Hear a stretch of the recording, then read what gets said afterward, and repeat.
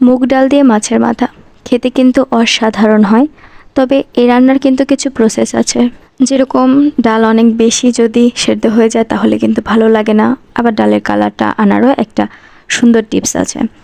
তো আজকে আমি আপনাদের মুগ ডাল দিয়ে মাছের মাথা রান্না করার ছোট বড় সকল টিপস শিখিয়ে দিচ্ছি।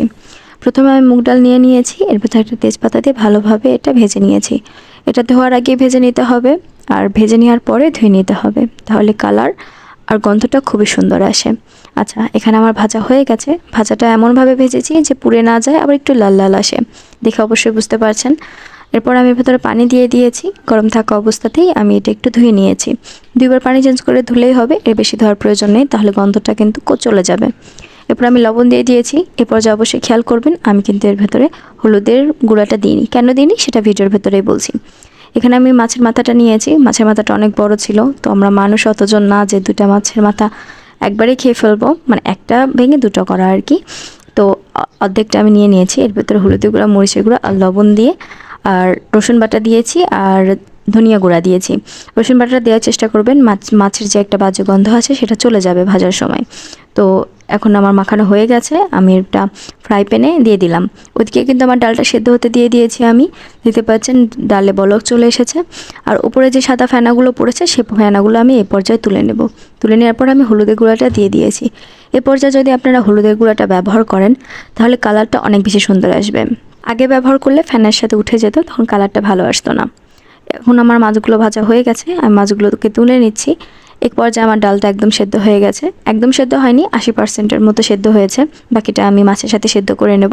দেখতে পাচ্ছেন কালারটা কতটা সুন্দর এসেছে। এখন আমি ফ্রাই প্যানে যেখানে আমি মাছগুলো ভেজেছিলাম, এখানে পেঁয়াজ আর মরিচটা দিয়ে দিলাম, একটু লাল লাল করে ভেজে নেব। এরপর আমি এর ভেতরে পানিটা দিয়ে দেব। খুব বেশি কড়া করে ভাজার কোনো প্রয়োজন নেই, এ পর্যায়ে গন্ধটা অনেক সুন্দর বের হবে। এরপর আমি দিয়ে দিচ্ছি হচ্ছে আদা বাটা 1 চামচ, জিরা বাটা 1 চামচ, আর রসুন বাটা 2 চামচ। এরপর হলুদের গুঁড়া 1 চামচ, মরিচের গুঁড়া 1 চামচ, জিরা গুঁড়া 1/2 চামচ, আর হচ্ছে ধনিয়া গুঁড়া 1 চামচ দিয়ে আমি ভালো করে এটা মিশিয়ে নেব। এরপর আর কোনো ধরনের মশলা ব্যবহার করব না। তাহলে আপনারা সবসময়ের জন্য একটু কম মশলা ব্যবহারের চেষ্টা করবেন, তাহলে ফ্লেভারটা অনেক বেশি সুন্দর হয়। আচ্ছা, এখানে আমি মশলাটা কষানো হয়ে গেছে। এখানে ভেজে রাখা যে মাছগুলো ছিল সেই মাছগুলো আমি দিয়ে দিচ্ছি।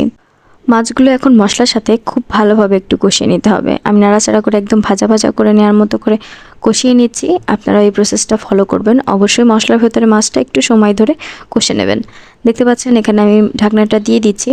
এ পর্যায়ে কষানোটা হয়ে গেছে, উপরে তেল চলে এসেছে। এ পর্যায়ে আমি একটু পানি ব্যবহার করছি। যে প্লেটে তুলে রাখা ছিল মাছগুলো বা মাখিয়েছিলাম, সেই প্লেটটায় ধুয়ে সামান্য একটু পানি এখানে দিয়ে দিলাম। মাছগুলো ভালোভাবে সেদ্ধ হয়ে যাবে আর ভেতরের গন্ধটা একদমই চলে যাবে। এ পর্যায়ে দেখতে পাচ্ছেন বলকটা চলে এসেছে, মশলাটা মোটামুটি কষানো হয়ে গেছে।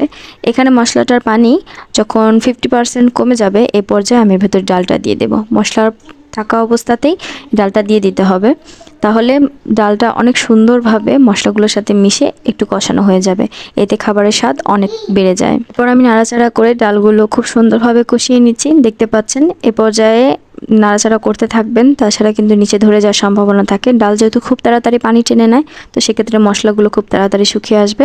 এ পর্যায়ে ঢাকনা দিয়ে বেশিক্ষণ সময় ওয়েট করবেন না, তাহলে কিন্তু ডালগুলো পুড়ে যাওয়ার সম্ভাবনা থাকে। আচ্ছা, এ পর্যায়ে দেখতে পাচ্ছেন আমি বারবার নাড়াচাড়া করে দিচ্ছি। দেখতে পাচ্ছেন একটু ধরে ধরেও যাচ্ছে নিচে। তো যদি কেউ রিস্ক না নিতে চান তাহলে এ পর্যায়ে পানিটা দিয়ে দিতে পারেন, তবে আমি একটু ভালো করে কষিয়ে নিচ্ছি, এতে খাবারের স্বাদটা অনেক বেশি বেড়ে যায়। আচ্ছা, এখানে আমার হয়ে গেছে কষানো। এ পর্যায়ে আমি পানি দিয়ে দিচ্ছি। এখানে আমি নর্মাল টেম্পারেচারে পানিটাই দিয়ে দিয়েছি, আপনারা চাইলে গরম পানিটাও দিতে পারেন। এখানে পানিটা দেওয়া হয়ে গেলে আমি এটা বলক তুলে নেব। এখানে পানির পরিমাণটা আপনারা রাখবেন যেরকমটা আপনারা খেতে চান। যদি অনেক ঘন খেতে চান তাহলে পানির পরিমাণটা একটু কম দেবেন, আর যদি একটু পাতলা খেতে চান তাহলে পানির পরিমাণটা বেশি দেবেন। এটা সম্পূর্ণভাবে আপনাদের উপর নির্ভর করছে। আচ্ছা, এখানে আমি দিয়ে দিচ্ছি হচ্ছে 2টা কাঁচা মরিচ আর ধনেপাতা, আর হচ্ছে কাঁচা মরিচ কুচি দিয়ে দিয়েছি। তো এগুলো দিলে খাবারের টেস্টটা অনেক বাড়ে, তো যদি থাকে তাহলে দেওয়ার চেষ্টা করবেন। এরপর আমি দিয়ে দিয়েছি কিন্তু সামান্য একটু জিরা গুঁড়া আর সামান্য একটু গরম মশলার গুঁড়া, এতে খাবারের গন্ধটা অনেক সুন্দর বের হয়েছে। আমি খুব সহজে এবং অল্প উপকরণ দিয়ে আপনাদের কাছে রেসিপি শেয়ার করার চেষ্টা করি। আমার রেসিপিটা যদি একটু ভালো লেগে থাকে তাহলে অবশ্যই একটা লাইক দিতে ভুলবেন না, আর যদি চ্যানেলে নতুন হয়ে থাকেন তাহলে একটা সাবস্ক্রাইব করবেন। এরপর যে আমি আপনাদের ডালটা তুলে দেখাচ্ছি। এখন সামান্য একটু পাতলা মনে হলেও ডালটা কিন্তু পানি টেনে নেবে, তখন ঘন হয়ে যাবে।